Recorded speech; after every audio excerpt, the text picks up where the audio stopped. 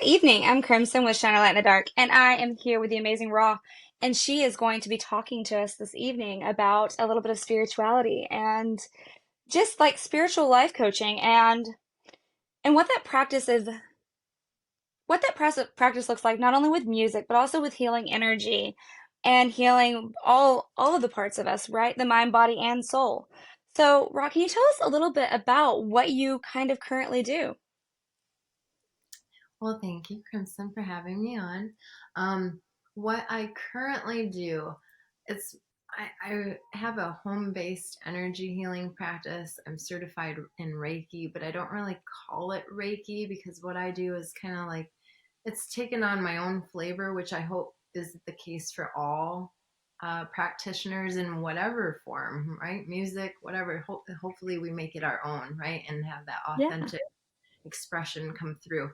Um, so with that being said, a home-based practice, we just moved into our new house and still getting situated, and we adopted some Great Dane puppies that are getting acclimated to people. So it's been a process of getting my home-based practice up and going. But the people I have had, it's been remarkable. It's been so enriching for everybody. Like I love this practice. It's a gift for everyone, the practitioner included. It just feels so good for everyone involved to just I call the experience like an energetic bath, right? We bathe our physical bodies in showers to cleanse ourselves of physical debris, blah blah blah. But we collect and energetic debris clings to us too if we're out and about in the world, and just if we're listening to a show that has some aggressive energy or sad energy or whatever kind of energy that we might not want to continue carrying around with us. It's just a nice way to like clear that off and come back to our natural harmonious state. So yes. Yeah, no. I love that you were talking about how we pick up energetic debris and we can pick it up just not only in our daily life, but just like by what we're doing. We don't even realize it, but our energetic body is constantly absorbing kind of everything around us. But I heard you mention that you had just moved to Las Vegas, right? And that you had just started your new company there. How long have you been doing this, and what really started your journey? That's a great question. I've been an energy practitioner for I would say going on 8 years now, practicing it with others definitely for 7 years. As I would learn and get familiar with feeling energy, it's one thing to learn it through the books and whatnot, and it's another to actually practice and feel into it. Um, so yeah, what got me into it was my entire adult career was based in social services and working with people in the mental health population. And at one point in time, it broke me. My mental health took a toll. And with that being said, I had to step back from working directly in those types of environments and work on myself. So I went on a whole healing of myself journey so that way I could come back to working with people and their ultimate afflictions and just humanness at large. So yeah, yeah, I'm really grateful for that break, if you will, because it really invited me to look at myself and address my own stuff so that I could show up and be healthy for others instead of taking it on and then ultimately cracking me. So, Yeah, like coming even from a female perspective, right? Life kind of in some, we have that nurturing, in us, and a lot of times we nurture those as we're healing, but we forget to nurture and heal like ourselves. And so many times we'll put ourselves on the back burner. And I can totally relate to what you were saying. So when I first started counseling, I thought I had healed a lot of my own past shit, pardon my language, but you know, when I started working in those rooms though, it rattled me. All the locks came off and they all started rattling, and I had to like actually take some time to heal myself because like when I first started doing this, I was like, "Oh, that's great. I'm gonna go. I'm gonna be a counselor. I'm gonna do all these things, right?" And then I didn't realize though that that means that you're gonna spend a lot of days in very dark places with absolutely no light, and you're gonna hear the worst parts of everybody's days. Not that I didn't love that, and not that I didn't want to help them through that, but it can be hard on the soul that's helping with that when all they see is the bad in the world to keep that light and that spark. During that time of your journey, what did you really do and what helped you? Great question. So, music. Music was a great start for me in that part of my journey because I really took a look at what I was listening to and listening to the lyrics of songs and listening to how it affected me in my mental capacity and my emotions. And then I was like, oh, this, as much as I appreciate all genres, I gravitate towards rock, heavy metal, just the heavy stuff. But something's told me, I was like, I need a switch. I need something. I need just to expand my musical interests and just see what else is out there.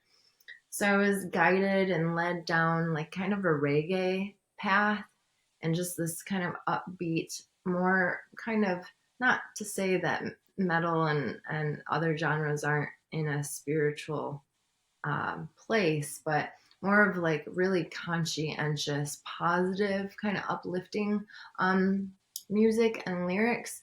So I was just absorbing myself with music because music is medicine, right? And then that led me to like doing guided meditations and listening to sound healing frequencies without lyrics, without any other complex instruments or whatnot. And that just really took me into an internal journey, right? And then one thing led to another, and I was guided to Reiki. I've never heard of Reiki before, and I was like, what is this? So I learned all of that, and yeah, it's just a rabbit hole.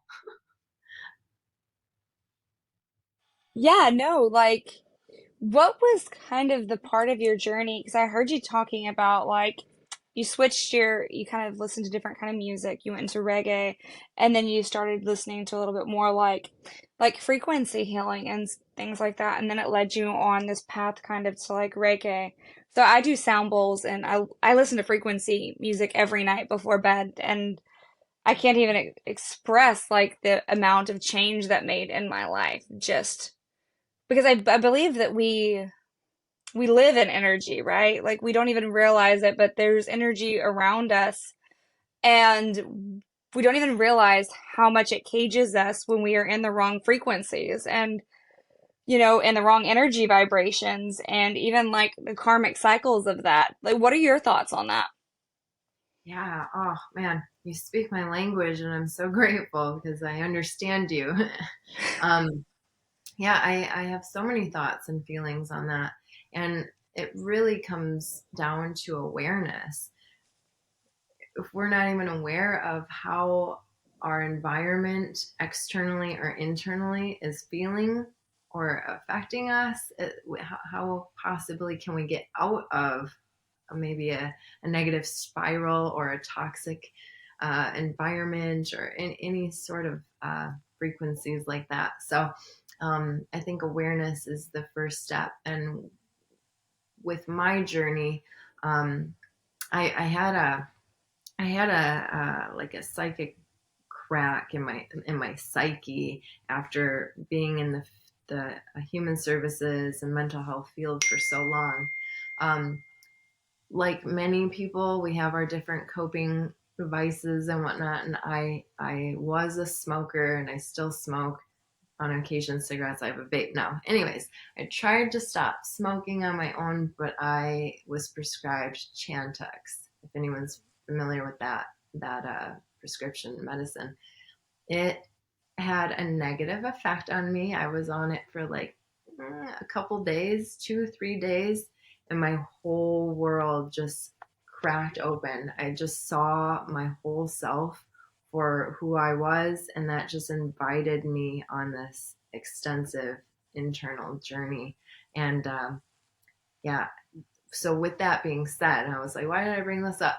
It really took the blinders off whatever, and I became aware. And that was the step of all these energies, and just, yeah, being aware of how life at large affected me and how I was contributing to life at large too, how I was affecting the people I connect with, animals, nature, right? Just the whole interconnectedness of this all. So I'm really grateful for that.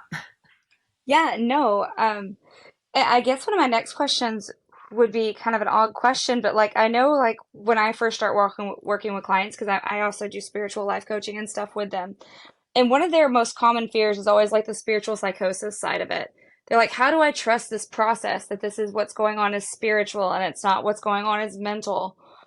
And what is the advice that you give them to help them trust the spiritual side of it while realizing, especially like, I feel like it's so important having that mental health background. That's one of the things that I normally will lean on too when I'm talking to clients. Like, no, like this is normal. This is okay. How do you help coach them through that phase of the spiritual journey? Ooh, that's a great question. Um, I, I love questions, and I encourage people to question everything about their experience, right? Because, Yeah.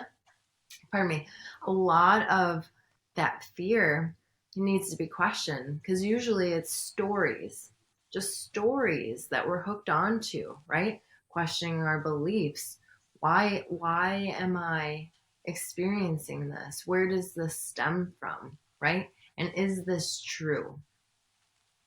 So I encourage people just to question and be open and curious to every step of their experience, and try to eliminate right, wrong, good, bad words. It just is what it is, and to face it with acceptance, and then remind, where's the point of control, right? What do you have power over? You have power over your thoughts, and that's why we start questioning the thoughts. So I just encourage people to be inquisitive and open, right? To Because if we can approach any of the fear or the scary unknowns about anything with curiosity, I feel like that's the game changer, right? And I come at it from going through the journey and continuing to go through the journey face on myself. So I feel like, as me being a model, we can walk side by side in an empowered way, because if I can face my fears, I feel like that encourages others, like, oh, I can face my fears too, with curiosity. Yeah. No, I think that that's really cool that you said though to just keep questioning because I think that society at large teaches us not to question things. And that's kind of where we get stuck is that we aren't questioning the processes. And not only we're not questioning them, but who identified right from wrong and who identified good from bad. And does that and is that my truth or is that their truth? Or even is that truth? And Right. realizing that somebody else's truth and your truth aren't always the same truth, but they can both still be truth. Right. You Yeah, that is. know? Yeah, that's a challenging thing for a lot of people to accept, and that's why I am a full, like, supporter and advocate for, like, radical acceptance. That was a huge lesson and takeaway that I've been given from therapists and whatnot that I've seen, because hey, we all need these tools, and I'm grateful for all the people that pass the tools along. And radical acceptance is an amazing tool. It's challenging to accept it all, but once we can accept it, whatever it is, that's where our power is to transmute and move forward with what we can control and what our choices are now. Yeah, because it kind of stops the cycle of getting expectations involved, right? Because when we Right. get expectations involved, that's actually where it really starts to hurt us. Like, even when I have clients who will have expectations, like, I hope, like, tomorrow, just all my problems are going to disappear. Not taking into consideration that tomorrow they're 100 steps, closer in the direction that they want to be, right? Because they've done so much work, but they can't even see that work because the expectation is it's all going to be gone. So then instead of being proud of the work that they've gotten done here, it's that there's still something here. So I think that that's really cool, though, that you're even going into that, that radical acceptance part of like accepting actually where we are and being happy in those moments so that we can like actually see our accomplishments and like what is going well in life instead of focusing on certain things. Definitely, definitely. And especially now in this time frame of existence, we're all so used to instant gratification, right? We want results instantly. But when it comes to the inner work journey, like that stuff's not instant, unfortunately, but stuff can feel good in the moment with radical acceptance. Like, this is where I am now. I'm breathing, I'm healthy, right? Like focusing on the things to be grateful for in this moment really helps keep the momentum up for that journey because it's a journey. And we can focus on the moment instead of, oh, why don't we have that now, or very future oriented or past focused. We can hopefully mend that gap of that instant gratification expectations.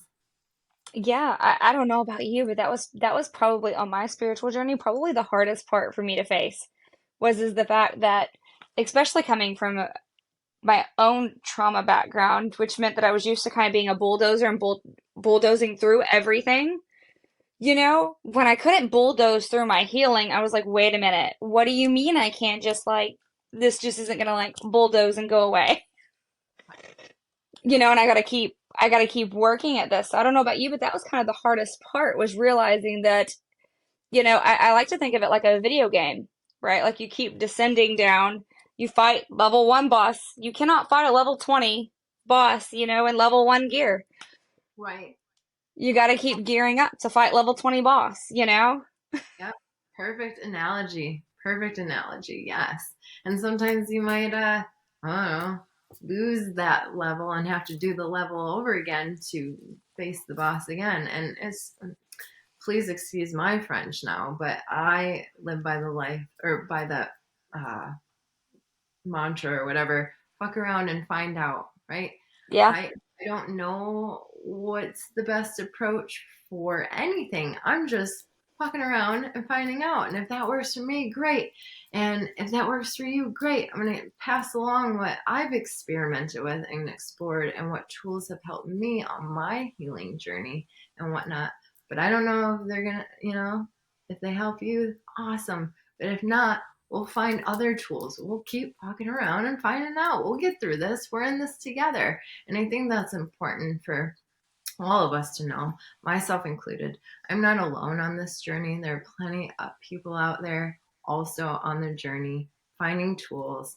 Grateful music's one of them, and it's just as we share, that's what it's all about.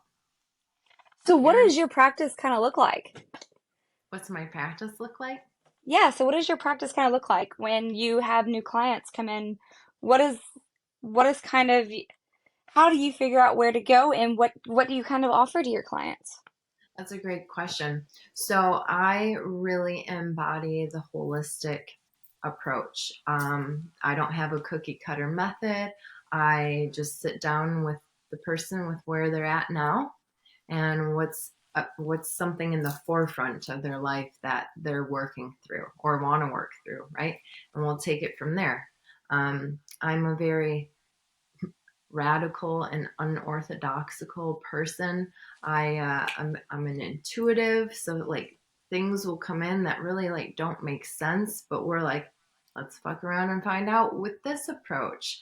Um, and yeah, it's very intriguing. I myself am in this state of constant curiosity, and kind of like suspended in ways because I'm just listening to the client, tapping into their energetic needs too, and just seeing what is appropriate for this person at this point in time, and seeing what all my tools are that I've acquired over the span of time to see if it can assist them. Um, yeah, I think a good starting place is just talking, seeing where they are, sharing a little bit about myself too, that vulnerable, like, hey, you're not alone. We're all humans. We're all dealing with something. And just being very transparent and honest with the situation at hand, right? I think honesty is the huge piece of this. If I can't be honest and genuine in my very human messiness as well, how can I expect somebody to feel comfortable and trust that they can be messy too, right? Like, no judgment. Nobody came into this life with here's how you do life, right? We're all Yeah. figuring it out. How did I heard you say that you're really an intuitive healer, and I love that approach because I feel like there are some things that no book can teach you. And there's some, and so how did you really learn, and what was that process like for you to learn to trust your intuition and to really, follow that Yeah, guidance? yeah, that's a great question. Um, you know, that comes with practice. Practice with uh being in front of somebody, not only with what they choose to share, being comfortable with what they choose to share. Can I show up for the range of emotions? Um, and I had to get comfortable with myself. I really had to explore my own emotions and sit with them so I could be there for another with whatever emotions they want to share, or whatever story or experience, good, bad, whatever we want to label it as. Can I be with that all? So I spent a lot of time exploring myself, right? Feeling everything about my history and present experiences, right? Getting comfortable with that. So as I tapped into myself, I was able to tap into others, whether or not they were sharing it verbally or not. I could feel their energy. So because I trust myself, I can trust what I'm feeling from others. And that's where the intuition and intuitive muscles got stronger, was because I got strong within myself and comfortable within myself to be with everything in life on the emotional spectrum. Yeah. Mhm. No, I love that. And I love how you were talking about, like, even like, they say that you can only know someone else as much as you know yourself, Yeah. and that you can't meet anybody past that level. And it sounds like you've really been harnessing that, the know thyself portion of that. What did that journey look like for you? And then how long would you say that you really had to focus on this, on kind of more the intuitive portion of it versus the overall healing process? That's a really good question as well. You have the best questions. I will say that. Um, Shadow work has been my biggest tool learning. Just everything that I've repressed or have hidden or was unaware of about myself, I would notice in the world around me, whether it was a trigger, whether it was something I didn't like, whether it was something I did like.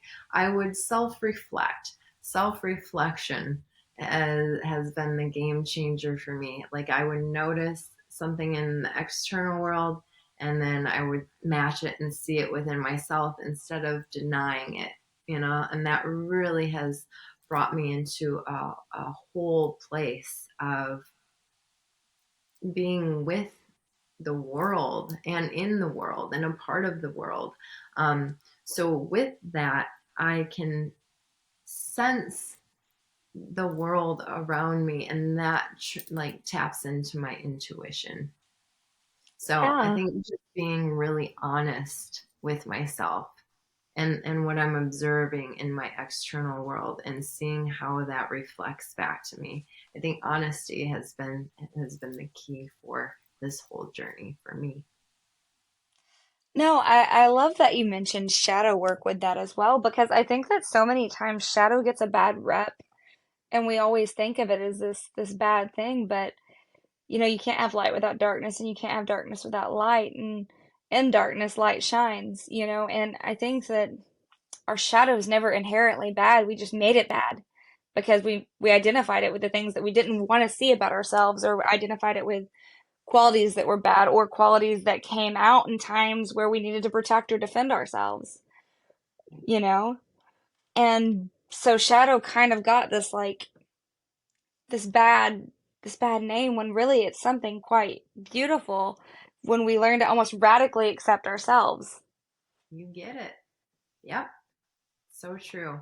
Yeah. The shadow, I feel, holds all of our gifts, and until we go exploring and digging for those, then we can bring them to the light of awareness, right? And then really step into our true self, if you will, or our authentic self, or our empowered self, our healed, whole self. So, yeah, there's really something to be said about uh, going on that journey. All of the gems just waiting for us to embrace Right? and to integrate, right? Right. And see, that's another key aspect, right? Like integrating it all so that we can come back to our authentic self, because we don't realize how many masks that we're actually wearing in the world most of the time, especially before we start doing that shadow work. So, what advice would you have for individuals who are trying to integrate their authentic self, and how should they begin the start of that journey? Oh, that's a good question.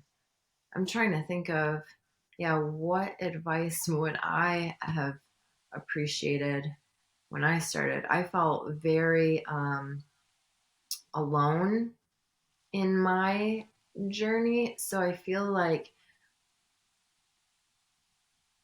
advice would be, or just a reminder that you're not alone. And it's as scary as it might seem, it's so rewarding. If we can just get past the fear of taking that first step, it's all like beautiful. It's a beautiful adventure and journey from there. I know the fear of the unknown is what's scary, but what's exciting is you'll get to know yourself truly. And how beautiful is that? Like, at least in my perspective, I'm here to know thyself, to know myself. And when we know ourselves, we can like make choices to honor ourselves and live like our best life, right? So, um, yeah, I think the biggest piece of advice is to know that you're not alone and nobody's judging you, because we're all humans and no one's perfect, perfectly imperfect and messy and beautiful and like creative. And right when we think of creation, it's messy, whether it's creating music or creating, painting, right? We get our um artistic tools all messy, and but something beautiful gets created out of that, and we're the beautiful thing in this healing shadow work journey. We're creating ourselves. So I think it's the most artistic thing we can do is get to know ourselves. It really is. It's like it kind of like if you, even if you want to go on that term, like it's like how we create the masterpieces of ourselves, right? Like, and it's Yeah. by this total messy process that this beauty is found. And kind of like when you were talking about like the artistic expert, expression of it, I believe that a lot of the reason that a lot of our fire inside has died is because we've lost what that creativity, that passion within ourselves and the ability to follow it. And you know, even as a counselor, I've seen in a lot of my just regular my clients who aren't even like coming to me more for spiritual guidance, that a lot of times I believe that even their anxiety and things is because they don't know themselves. And if I don't know myself, then how could I know the world? And of course, I'm anxious about a world I don't understand because I don't understand me and I don't understand my core to me. So, of course, everything else is rocking and everything else is shaky. So, if I can't understand me, how could I understand it? And then it just kind of becomes this vicious cycle, and then back to kind of that artistic creation. A lot of us, even like with depression and things like that, a lot of it is because the passion that was once in us, like that flame in us, by society and by a lot of things, honestly, just life in general sometimes kind of has Mm. killed that spark and that fire in us that is that beauty of creation. What are your thoughts on that? I agree, like 100%. And I find the same. Um, I experience the same when connecting with people. It's not knowing themselves, and then expecting. Here's that word expectations again. Expecting the world, expecting their friends, their family, their partners, whatever, their coworkers, whoever it might be, expecting everyone else to know them and to cater and to be their sources of happiness. Well, that's always doomed, because once we hand over our happiness key to someone else, you know, they're gonna drop it. They don't know what to do with it. So we really have to know ourselves, right? And to take the reins of our own lives. And what better way to take the reins than to do that internal deep dive and really get to know ourselves, and then to see in the external world, have that awareness, like, how do I feel when I'm watching this show? How do I feel when I'm interacting with this person?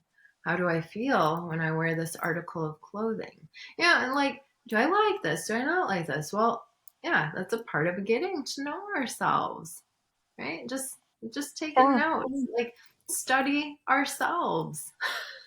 Like Yeah. it's really, and maybe some people think that's like, and that's, I think, a battle. Like, is it selfish for me to really focus on myself to get to know myself? And I think that might be a hang up for people too, right? A lot of people, they focus on others, others, Hmm. others, others.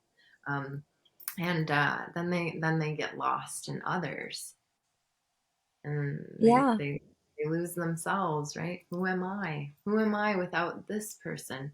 Who am I if this other person doesn't accept me or doesn't like me for me?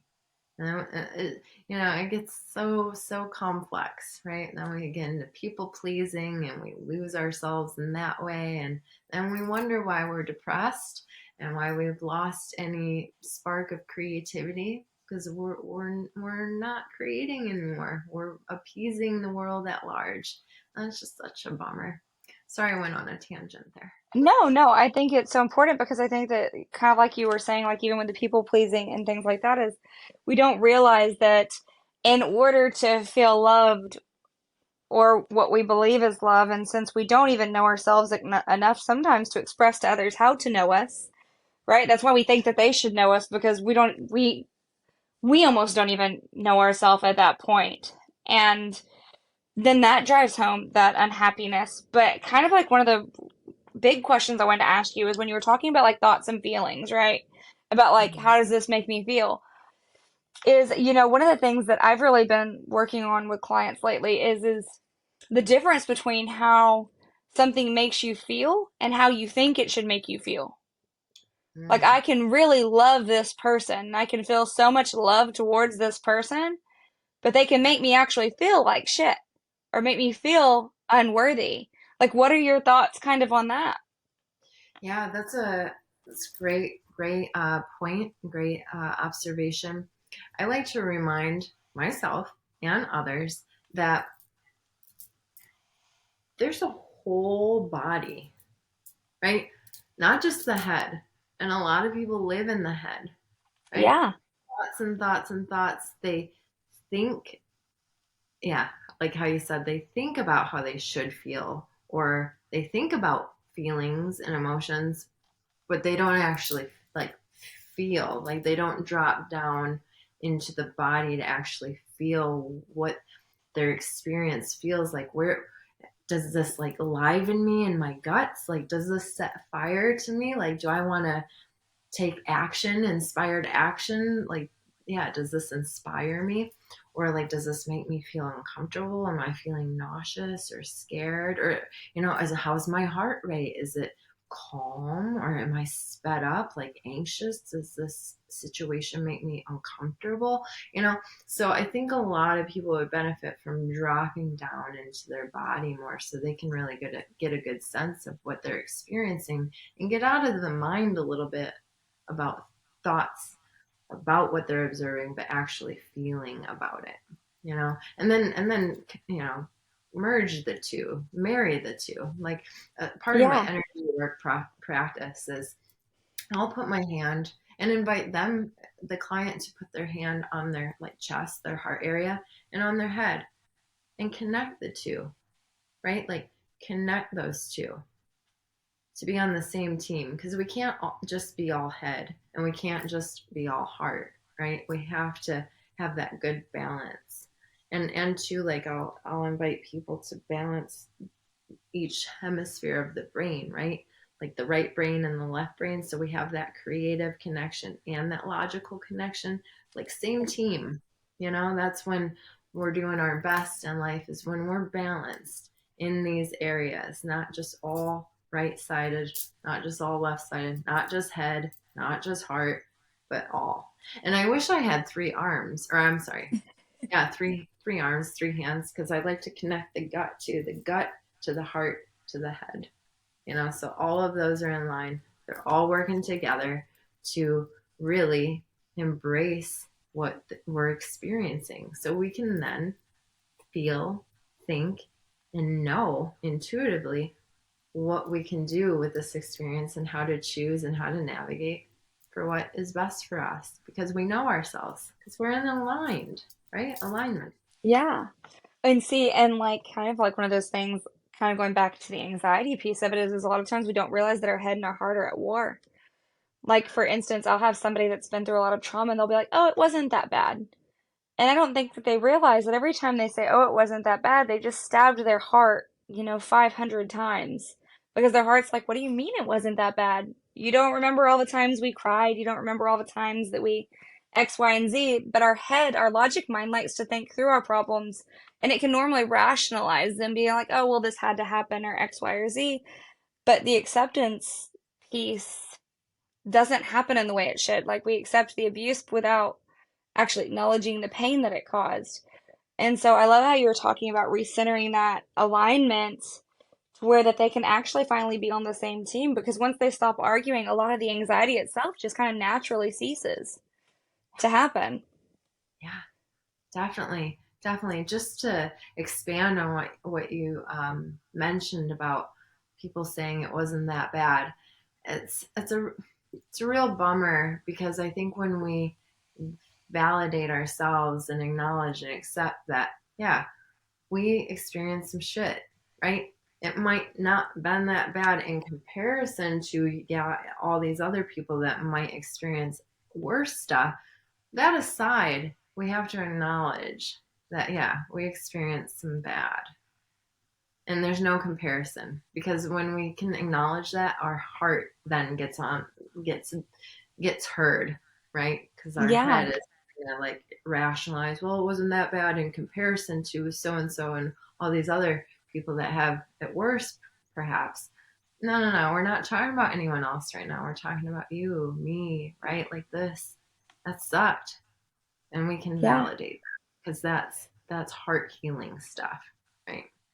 exactly. Especially when we seek to be validated, not realizing that we are the ones actually invalidating our own experience, Right, you right. know, and and so we have our own invalidation that's going in there and still feeling invalidated by the world, and it just kind of adds to another loop and another, one more thing to kind of have to heal from. But what's funny though is once we start to accept and like bring that alignment, all of a sudden it doesn't really matter as much what other people think about what you've been through. because you've become at peace with it and you've made, you're in alignment with it, you know? Yes. Yes. You get it. Thank you so much. Thank you so much for being you. Thank you so much for connecting and guiding and walking with people for them to get to know themselves too. No, I appreciate you and everything that you're doing. I love your practice and I love how you're talking about working with people to just acknowledge themselves and to re-come back home to self because I think that that's like one of the most beautiful things. And when we say know thyself, I know that sometimes people are like, oh, well, you just need to know yourself, but we don't realize how out of actual tune and sync with ourselves that we are. And we learn this false version of what our environment and society wants us to be, not who we truly are. So I think that that is absolutely astoundingly beautiful that you do that with your clients. What does your practice look like now? And while we're on here too, how can we really help bring people to your practice? Where do we find you, and how do we let viewers know where to find you? Thank you so much for asking. I'm in the works of getting technology on my side. I'm a pretty simple person. At this point, I just kind of do like word of mouth. I'm pretty like small fish, and I like it that way. It helps me really connect and be like intimate with people that I'm not so scattered with a lot going on, right? Um, I'm very active on Facebook. It's my like personal like journey and like open online diary, like public diary about my own healing process and how they can like get in touch with me. Um, so yeah, I'm just on Facebook at this point. I have a soul like my business is called Soul Restore. I have a Facebook page for that too, but I'm not as active on that. Maybe I should be. um, but yeah, I think my personal Facebook is where people can reach out to me, and that's public because again, I'm an open book. I'm easily accessible. I share my life freely because yeah, humans, we're not alone. You're not alone, and we can face it and journey together, and get to know ourselves and live our best lives. We're here to experience, to have fun, to enjoy. Yeah, there's gonna be some shit, but we're gonna use that as fertilizer and grow and just be amazing. It's fun, right? Like let's just say we only got one life. Doesn't matter whoever's beliefs, let's just say we have one life. What are we doing with our one life? Are we enjoying it? You know?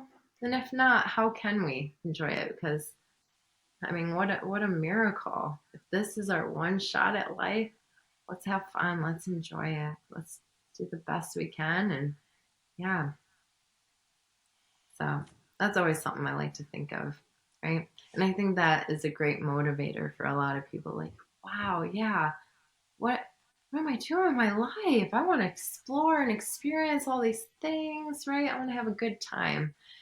So we got to get past the bad times and be empowered to have tools to embrace and work through if more quote unquote bad times happen to get stronger from them. You get it. You know. Yeah, no, and I just want to say you have such beautiful energy, and I love your energy, and I love, how you were talking about, just having one life, because that in itself shows sometimes we give importance to the things that stop us when they shouldn't be as important, because at the end of the day, it is your life that you're living. And when people put a lot of input into your life, it's generally speaking, they don't have to live your tomorrow.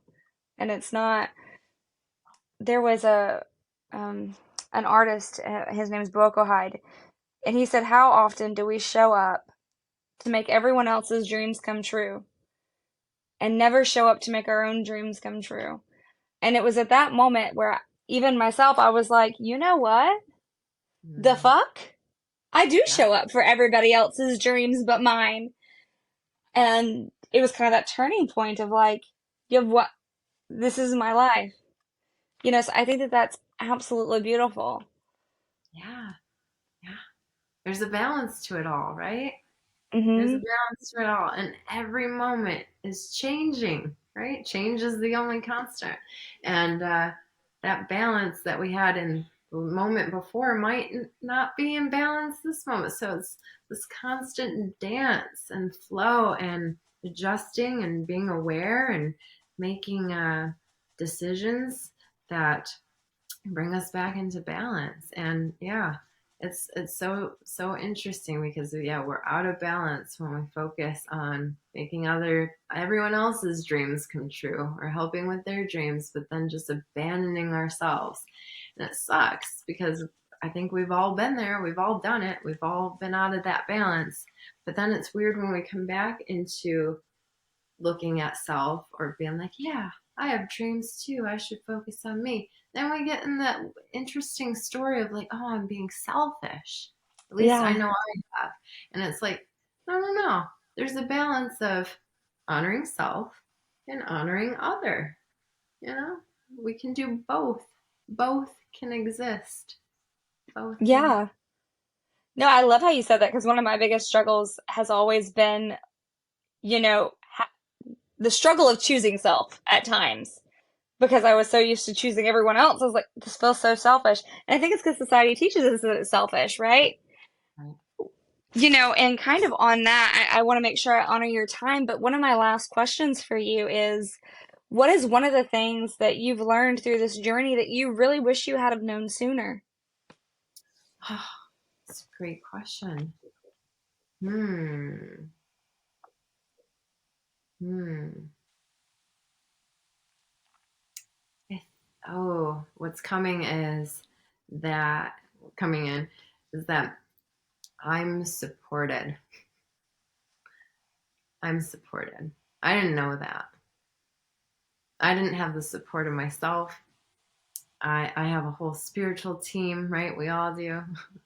Uh, our friends, our family, hopefully, the people that are in our lives actively, hopefully in a positive way, they're supporting us. They love us. So I'm supported. I'm loved. And that all encompassing, like I'm enough, right? Like I accept myself in this moment. I'm enough, right? I didn't know these Yeah. things. Nobody ever told me these things. I had to learn these things and remember them and actually embody them. So I don't know. Everything happens in time, and I'm just glad I am where I am now and I'm the person I am today, regardless of what I didn't have or know before. I'm just grateful to know it now. But yeah, as a reminder to maybe anyone starting off on this journey, fucking fucking supported. You're fucking Right? loved. You're fucking enough, right? Like, and you're not alone. We all deal with these things. Every last one of us, I promise.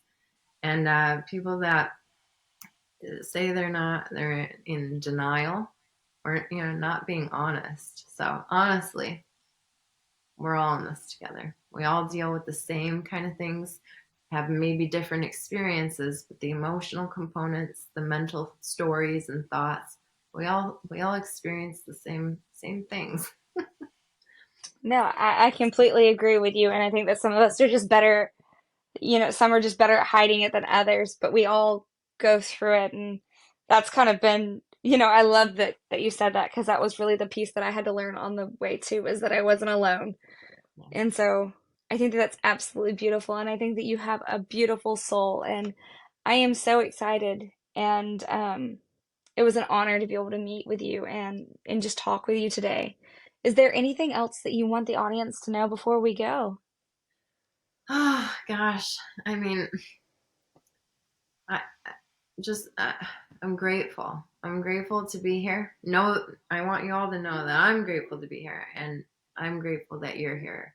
It takes us all because we all need each other. We all need each other to learn from and to observe and uh, embrace this human with, right? So, yeah, just know that your existence matters to me. I see you. I love you. I'm so glad we're here together. Like, what an amazing opportunity. So thank you. Yes, no, of course. And thank you so much. And guys, please, I will leave all of her links down below in the description. Please make sure you find her. Send her lots of love. And then also a big congratulations to you for your wedding in March, right? Oh yes, thank you. Yeah, we're so excited. I can't even. Egypt. So I can't even Oh wait my to God, really? that energy, right? Tap in that energy and ah, yes. It's gonna be phenomenal. So thank you for that. All Oh, great things for all of us. We're here. We're gosh, you here. said Egypt. That sounds amazing. Yeah. Yeah. Absolutely amazing. I'm so excited for you. To be continued. I'm sure there will be more gems to share. So Yes. Awesome. Well, thank you so much. And guys, please make sure y'all check her out and leave her tons of love. Y'all have a wonderful night. Thank Crimson